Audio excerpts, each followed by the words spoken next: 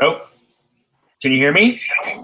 Yes, I can. Cool. Is the feedback okay? I don't have any headphones plugged in.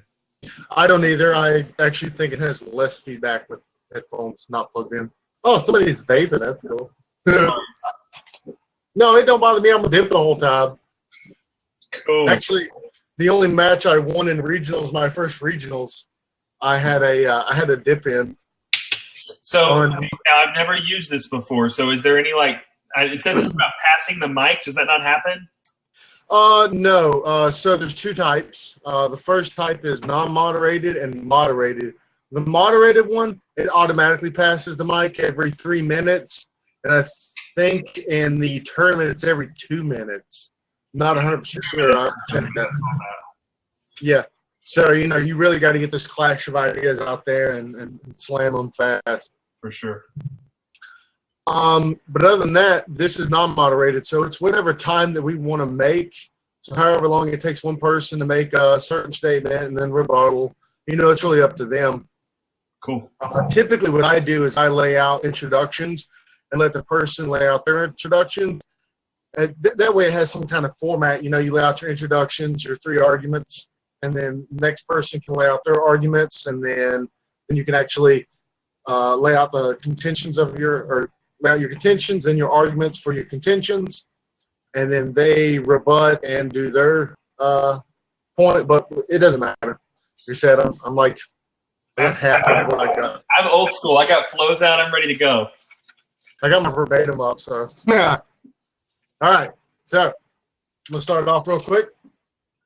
Thank you, ladies and gentlemen, for this great debate to be had today. I would also like to thank the negative case, Andrew here. The topic for our debate is foundational to our moral landscape and the geopolitical struggles of today. In this debate, I affirm that the sword is mightier than the pen.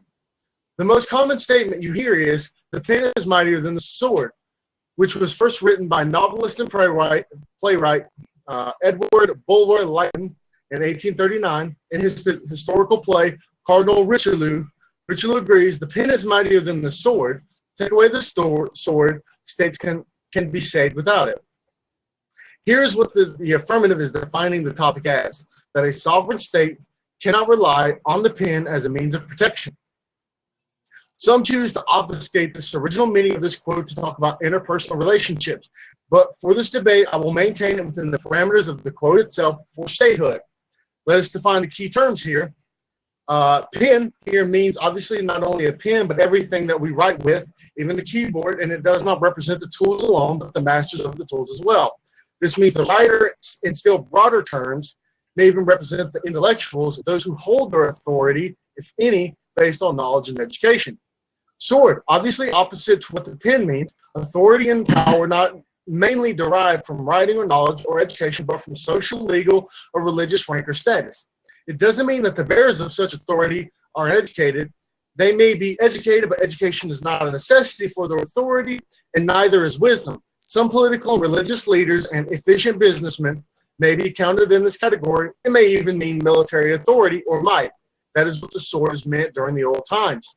Now, typically in most debates, I would have a value structure, but since this debate is something of an abstract point, I'm not going to have any value structure for it to be based upon. I'm going to list my 3 contentions and their arguments as such. My first contention is the American Revolution. My second contention is the Nazi Germany. And my third contention is Islamism. Now I'm going to pass off to Andrew let him lead his introduction before we start our cases. Cool. I'm going to start by again thanking Joe. I'm excited. This is my first debate on call-out, so I'm really excited to be seeing what's going on and trying my hardest here. I'm really excited to try this format and get back into the world of debating a little bit. It's been a couple of years. And so thanks for that, and thanks to anybody that might be watching. It's going to be awesome. So yes, we are debating the resolution today, the sword is mightier than the pen. And again, the quote and where it originated from, I'm cool with all of that. I have no problem. I do have some problem with the defining of the terms, and that's what I want to get into a little bit here at the very beginning.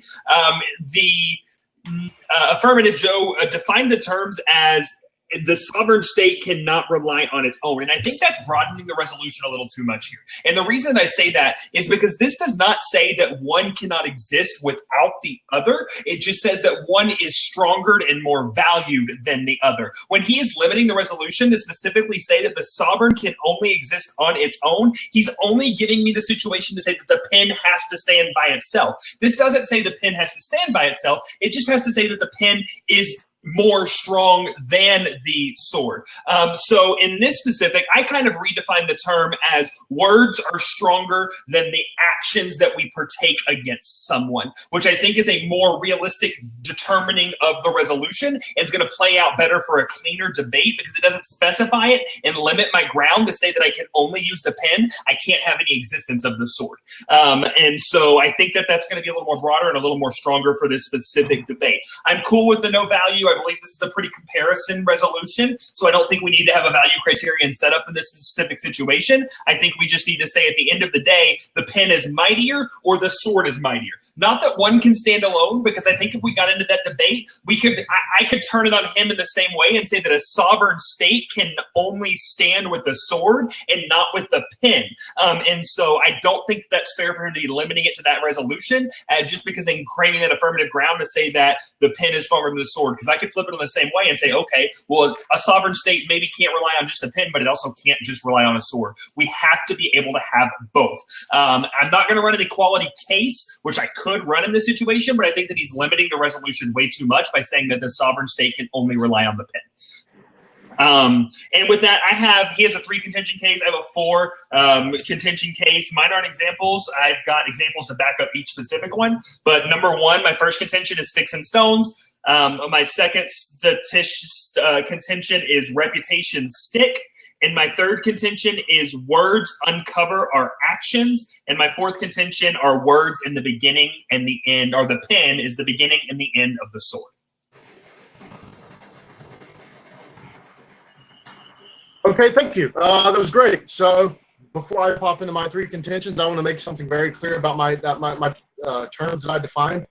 I'm not trying to limit the parameters based on just statehood, rely only on the pen versus the sword. I meant to say that it cannot rely solely on the pen, so that was my bad. I skipped over a word.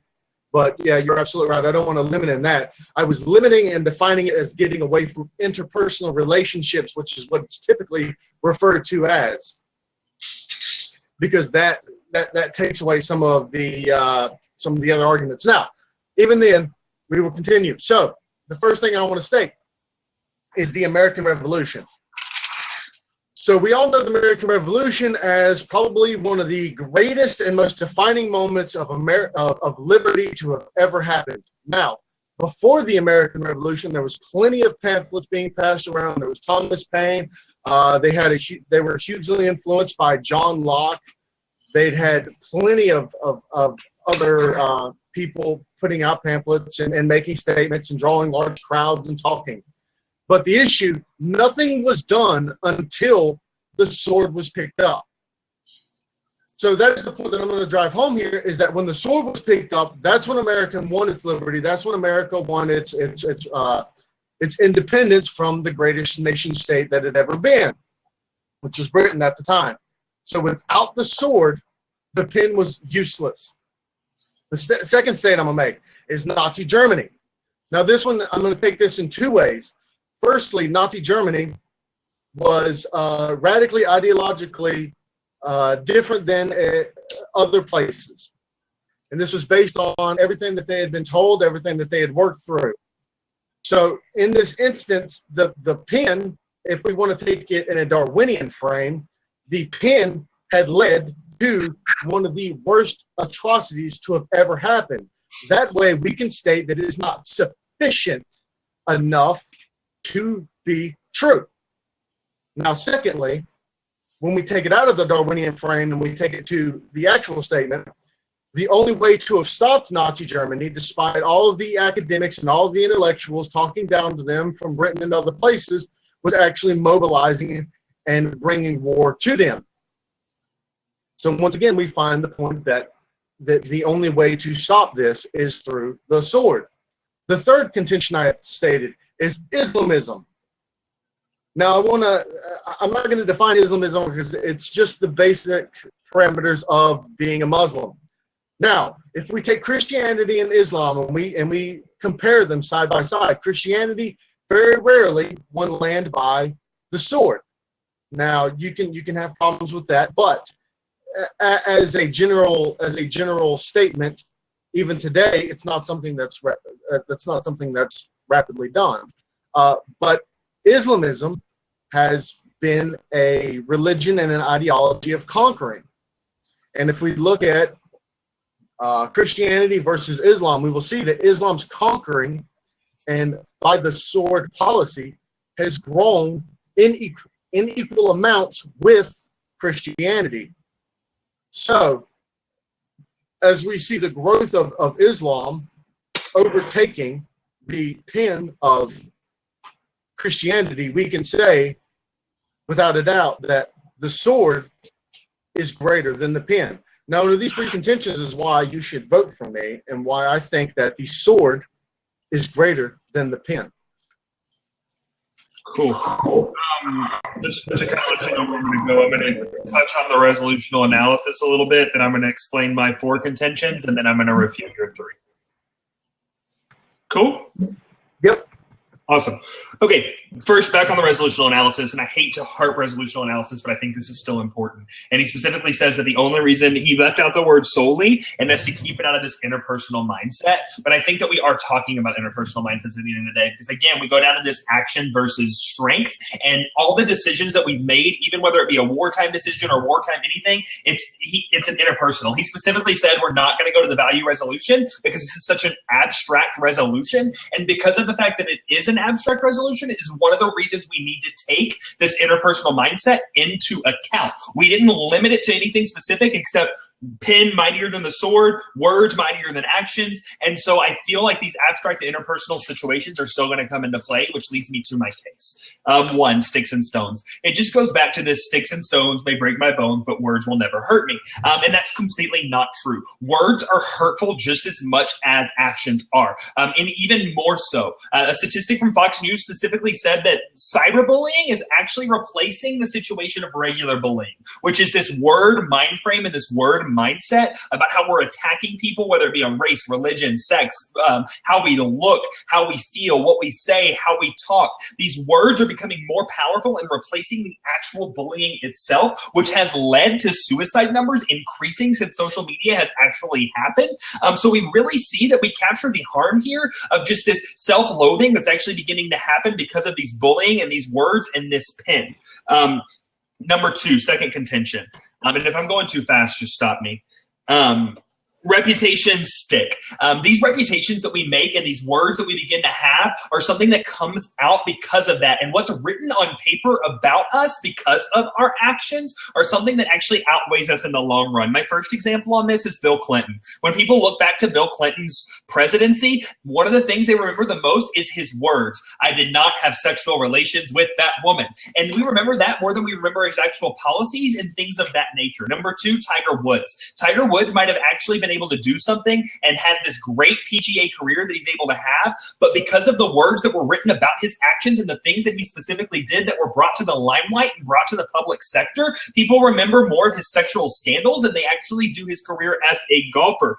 Third, same kind of example, just another one, Bill Cosby. The actions happened, and we're going to look at this in my third contention a little more, but because of the words that stuck on paper and words that were written about him because of his actions, his reputation was almost slandered. Whether it's true or false, I'm not debating that specific issue. I'm debating the fact that these are making the words that were written have made it worse than the actual actions. Number 3, words uncover our actions. No matter what we do, it's not what we do, it's once it's found out and what it's written and perceived about by the public. My perfect example of this is Alexander Hamilton. Alexander Hamilton was one of our founding fathers, was somebody that was our original Secretary of the Treasury, someone that actually helped shape our economy in the way that it was and was on the fast track to becoming one day president, but the Reynolds pamphlet, which he had to write himself before someone else spilled about an affair he was having with someone else, was what cursed him and actually sent him down a specific situation. Alexander Hamilton hurt himself by the words that were written more than the actions that happened,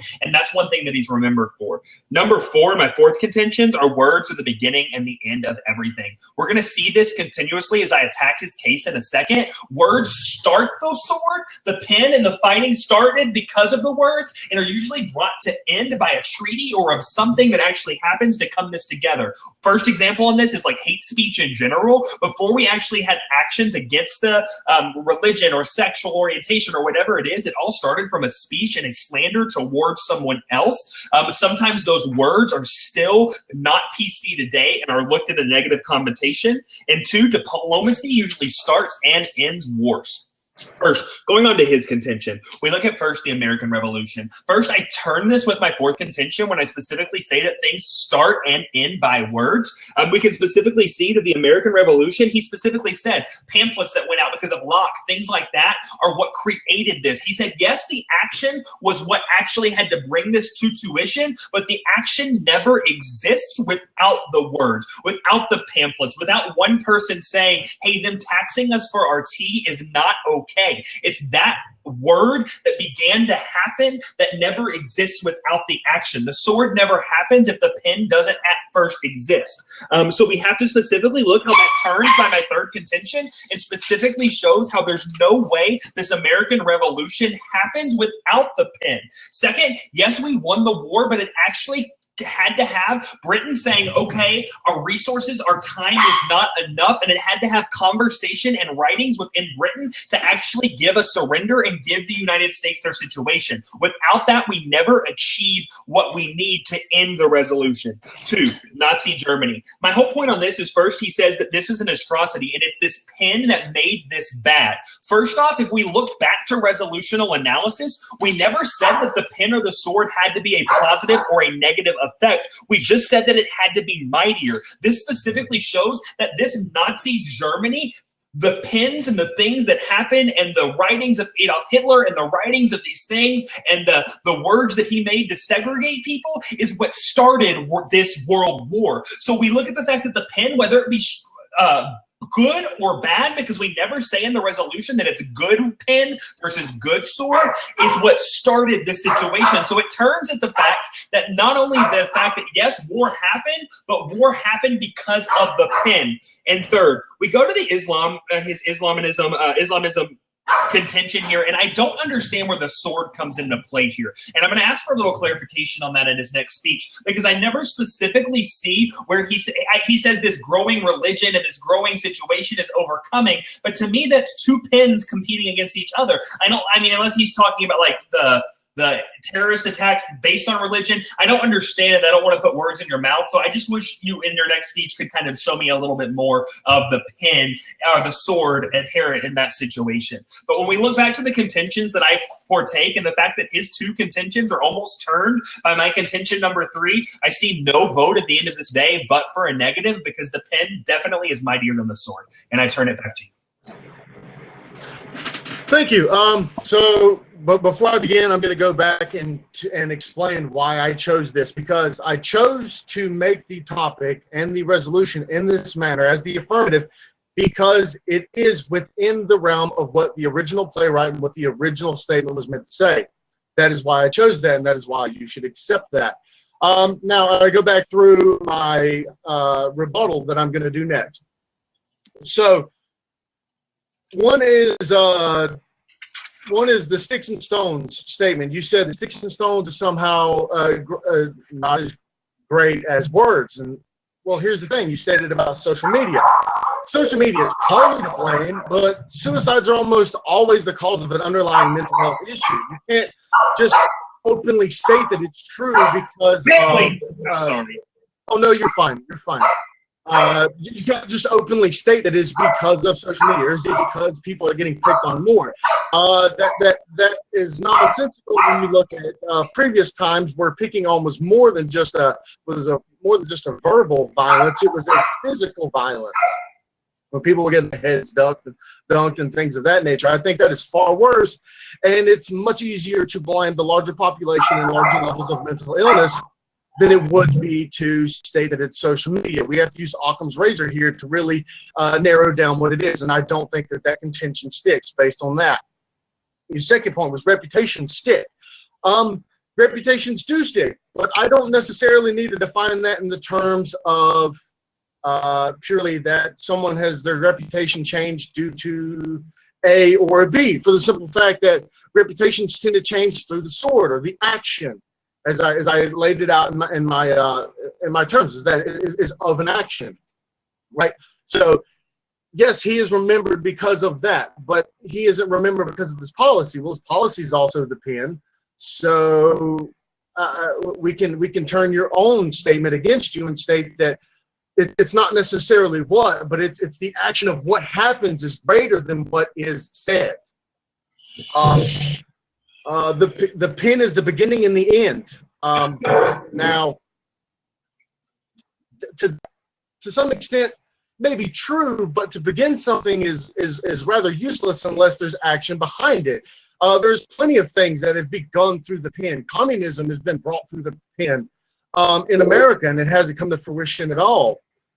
And now that it's being brought by the sword, there's actually a greater amount of things to be taken serious. And you can even do a historical analysis on this. And FDR and his ability to implement some of the socialist policies were actually given by the Communist March, which was an action.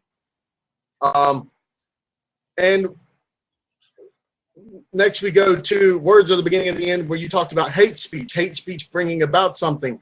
Well, there's something to say about hate speech, and there's something to say about conscious bias not turning into action. Plenty of people have conscious bias. That does not necessarily mean that it's going to turn into action. You can talk about hate speech all you want, but one, hate speech is rather a misnomer, because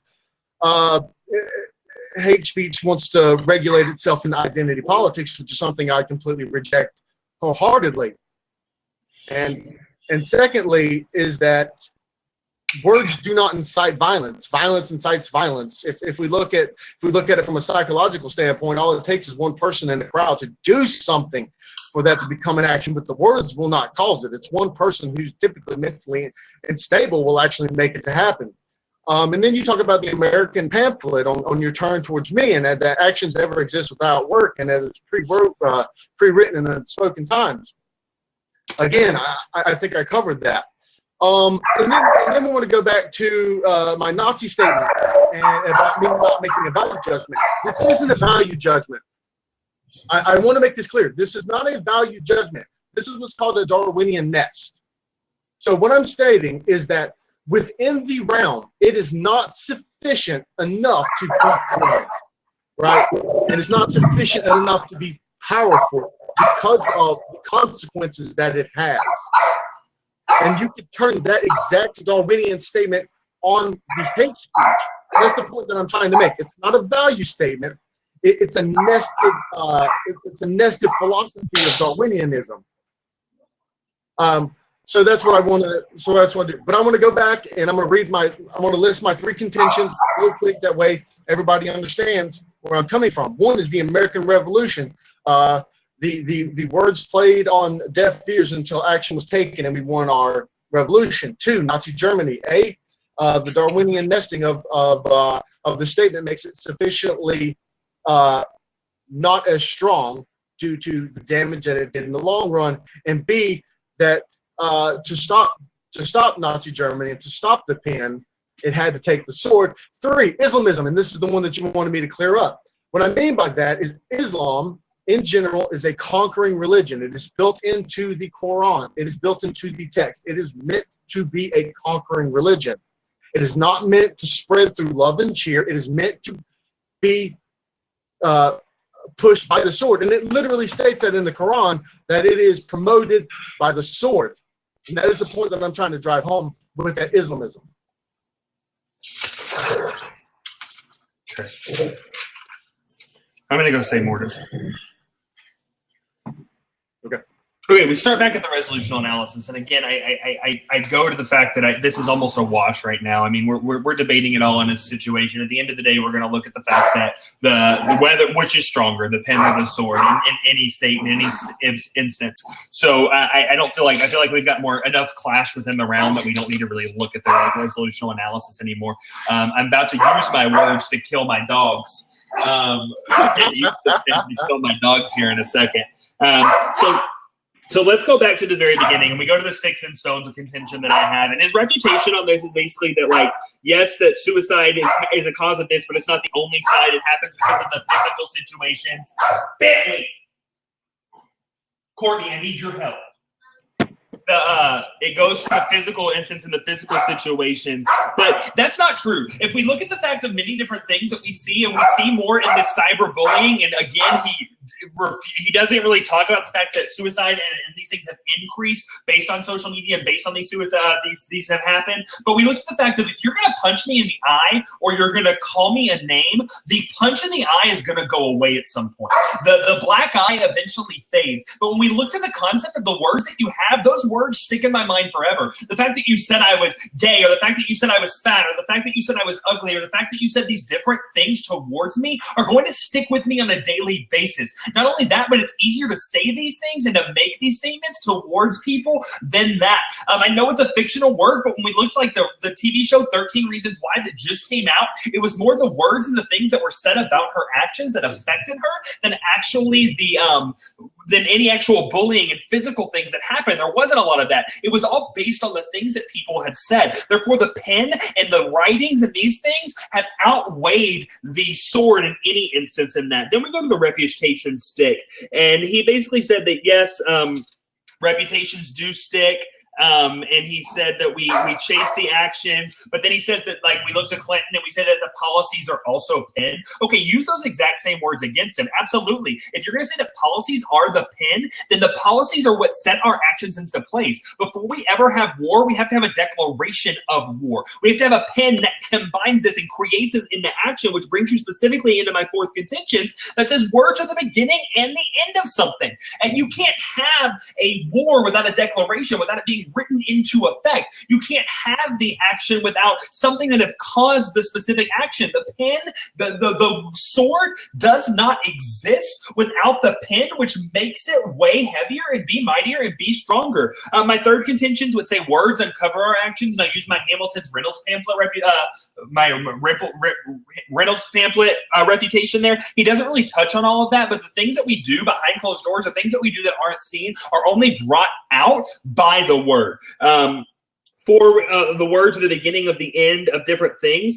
His main reputation on this at the end is the whole FDR implemented things, and that's what that's what brought about the communist speeches and what brought about these things. Again, he said earlier that the implementation of the implementation of policy is a pen action. So he specifically says in this fourth contention reputation that it was the pen that brought about the communist scare. The pen and the implementing of FDR's policies is specifically what brought this into light today. He concedes and admits in my fourth contention reputation alone that the pen brought about the mightiness of the sword. So again, the sword does not exist without the pen. Then we go on to the American Revolution, and he talks about the pamphlet on his reputation, on his case.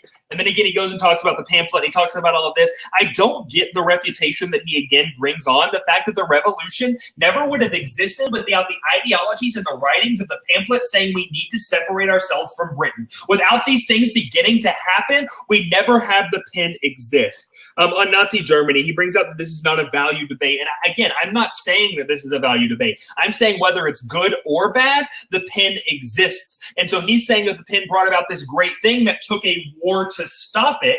And to stop that, that's fine. The war stemmed from this Nazi situation, but it grew into something more. And then if we want to look to that, it actually takes the writing of the treaty. And if we look to things like The Paris peace treaties, look to the treaties of Versailles. It takes the writing of a treaty and the writing of an agreement to stop the sword, to stop the war. So if we're going to look what ultimately ends something, it's not only started by the pen, but it's ended by the writing of a treaty. It's ended by the writing of an agreement. Nations coming to agreement and saying, you won, I lost, this is what we're going to give you, this is what you're going to stop doing. It all goes to that.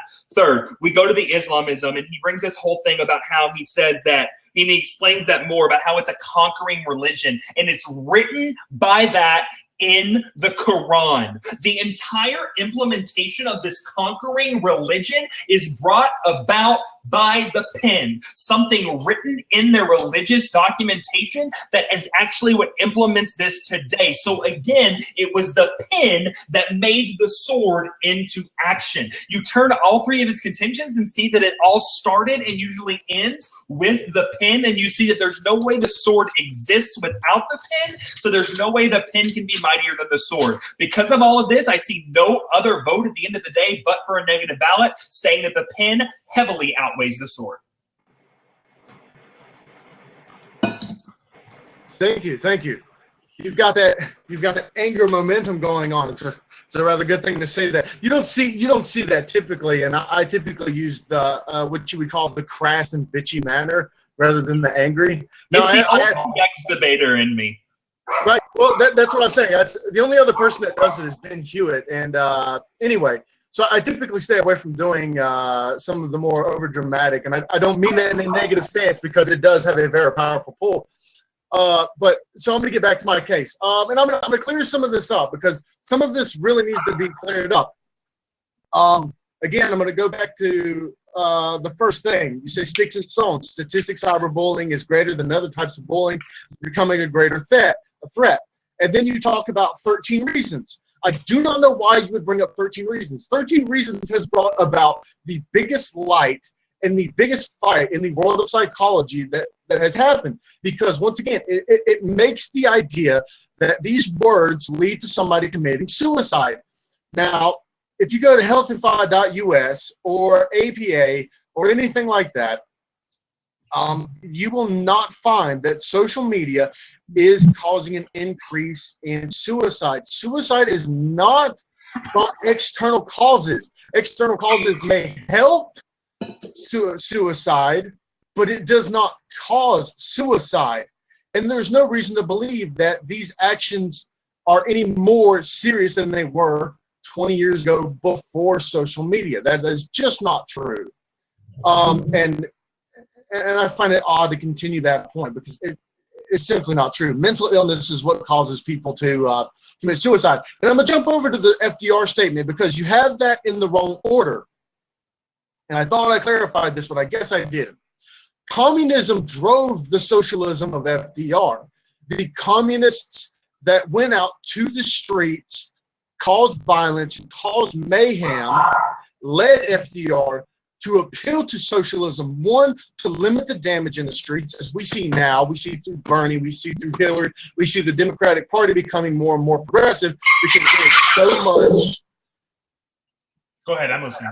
Marxist ideology bringing violence to normal, everyday people, and to kind of pacify them, it's picking up pieces of this. So there you go. That violence is what's bringing it on. And when we talk about actions never exist without words, something I should have brought up is that we have to look at this from an evolutionary standpoint. That can't be true if we look at it from an evolutionary standpoint, because there are times that humans have had to have actions without words and without something written. There wasn't set ideologies at points in times that promoted certain things. Actions happened without those. And I don't really want to bring anything new into this, so I'm not going to cite anything. That's just something out there in the air for people to think on, because I don't know how you feel about bringing in new evidence as the time goes on. Because I know typically in debates you can only do that after the first round. And I don't want to. One of the things I want to try to limit here is the necessity of someone jumping on the internet and trying to find an article disproving that. So I just want to make that real clear to other people. When you when you do this and you bring in new information, just be aware that you're not being fair to the person who has to rebut that as you're bringing in new information with 11 minutes to go, because they have to build up a new case on that. So let me talk about things of mine that you haven't really talked about. You didn't really explain Islamism and tried to say it's a pen, or that it's written, but it was written after the fact of the conquering. So as he was conquering, and as he was driving down Christians and Jews throughout the Middle East, he was writing. So it wasn't like he wrote this and somehow or another it has promoted itself as such. As he was writing it, he was conquering. So that's the point I want to drive there with Islamism, and not really understanding the history behind it. And I want to go back and repeat mine, because I think I've done a pretty good job of explaining why his narrative and his statements aren't necessarily as strong as they are, and why you should vote for me. One is that we have to go back to my contentions, is the American Revolution. We can say that words did everything in the world. We can say that words created this, but we have to remember that without the fact that the sword came to bear, it would have never happened. Nazi Germany, again, the second statement that I make about the A part of the second contention is of the Darwinian nesting. Again, it's not a value statement, not what it's there for. What it states is that it's not sufficient enough to be true. And that's something that is nested within the statement itself of the pen. And then the second is that to stop the pen as it breeded, it took the sword, which means that the sword conquered the pen. And the same to be said when it comes to Islamism, about the sword is conquering the pen. Because I go back to my definitions, which you agreed on, about how the sword is also the necessity of authority, but it doesn't have to come from anything from the pen, which is what Islamism is. It's an authority, not from education, not from the pen, not from wisdom, but it's just a political or religious leader and efficient businessman that may be counted in this category. Let me check that. 8 minutes, 37 seconds. So based on my contentions and based on my deconstruction analysis of his contentions, this is why you should vote for me. Because I have made a clear case as to why the sword is superior to the pen. Cool. I'm going to hit on two things that I want to just touch and not leave on the flow, and then I'm going to give three main reasons why you should vote negative. One, I just want to quickly go back up to his whole 13 reasons situation and how he talked about how it brought to words and it's brought to light. Absolutely. The actions of 13 reasons has brought more pen. It's brought more writing. It's brought more talk. It's brought more controversy. It's brought more conversation. It's brought more pen. Pen exists more than the sword, and we see that continuously through that. Two, he says that suicide is not an increase and that it leads to the suicidal action and all of these different things. I think that's obsolete because, again, we see that the creation and those different things were of that. He said that social media is not the increase of suicide. Well, he doesn't give me another direct link that specifically shows what has led to this increase, so we don't see any correlation. So then, of course, you look back to the link that I gave, which exists within the resolution. Three, we're going to go on to this whole evolution thing that he talked about.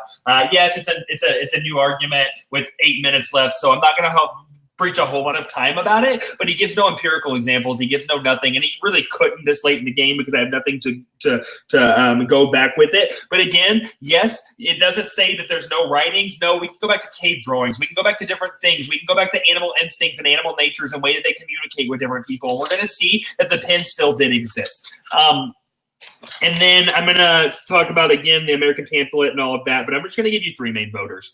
One, it's going to be my third contention, which goes completely cold conceded this entire round. My third contention said words uncover our actions. He never talks about how the information done by the Reynolds pamphlet, those different things from Alexander Hamilton, how that was brought into light because of the words that happened.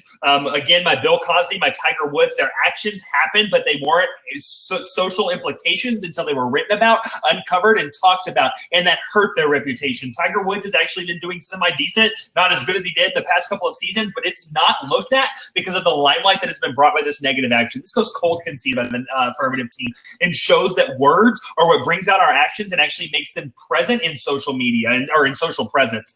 And then third, we're just going to go back to the reputations argument. And I'm sorry, my third argument and my main voter here is words are the beginning and the end of everything. He doesn't concedes the treaties argument about how, yes, you're right, Nazi Germany started by words, but it was also ended by words. The sword had to be brought down and finished by the pen, or the sword would run rampant throughout all of these different things. His argumentation against that on the Quran is the fact that, okay, sure, there are writings, but the writings were based on his actions, and it was based on his conquering. Here's my thing. If he just does the conquering, but he never puts it into the written format, he never puts it into the Quran, then it can't be spread. It can't be used. And this religion never grows because there's not a written form for them to be able to base all of their different things on. If the Quran isn't written and the pen doesn't happen, Islam stops at this specific man that he's speaking about and doesn't grow into the religion that it has today because they have nothing to base their words on. He specifically tells me that it was based on his writings were based on his actions. The pen is what carried the religion on. So when we look to the contentions and we see the fact that words start and end everything, that he said that the sword is brought by the pen, yes, but it's the pen at the end that tames the sword. We see that the sword doesn't exist without the pen. If the sword doesn't exist without the pen, if the pen ends the sword, there's no way you can say the sword is heavier than that. So today, because of this, I am going to negate strongly the resolution and see that you would and say that the pen is mightier than the sword. This will be the last of it. It'll just be a recap of my statements. But I want to make something very clear here. I did make arguments towards his. I just didn't do it in full form because it is part of the term that I had stated earlier for my 2 alpha about the Darwinian statement, that you will apply that to the other arguments that he's made about that it's not sufficiently true enough because of the Darwinian message. So that. And what I want to talk about, again, he never attacked the Darwinian nesting. He avoided that argument. And that's something you should take hold of when it comes to voting on this debate. The next one is that he wants to try to make a turn out of the American Revolution and the treaties, which, sure, the treaties did something, but without the sword, the treaties did absolutely nothing. Even in international economics, it does absolutely nothing without the sword. And then his last statement he made, and it's something I agree with, but it's inversely true, is that without the pen, there could be no sword. Without the sword, there can be no pen. Action has to be had. We cannot live in a world of writing. Actions are the truth. Actions make everything true, sufficiently true. And for this, I thank everybody. I would really like to thank Andrew here. It's a great debate, man. It's good to see you back on the circuit. I hope to see you more. Let's have a little bit less extemporaneous next time, or more extemporaneous. I don't care. I thought it was a great thing. I hope you had fun. I really hope you get to stick with this, because there's a lot of people, they do 2 or 3 debates and they just kind of wash out. And it's typically like the main 4 of us who are debating against each other. And even if that's true, I would really like to have you come in, and I'd really like to thank everybody for watching. Vote with your heart, but make sure you vote with your hearted sword that you have to make an action for. Thank you so much. Oh, thank you to all. It was a fun debate. I do appreciate it, and I like to have the affirmative end because I think that's the fair thing to do, so I'm not going to go back and harp on a whole lot of my stuff and my argumentation. I think there was a lot of clash in this debate. It was definitely a lot of fun. And at the end of the day, that he says you hope you vote with your sword, but it takes a pen to actually vote.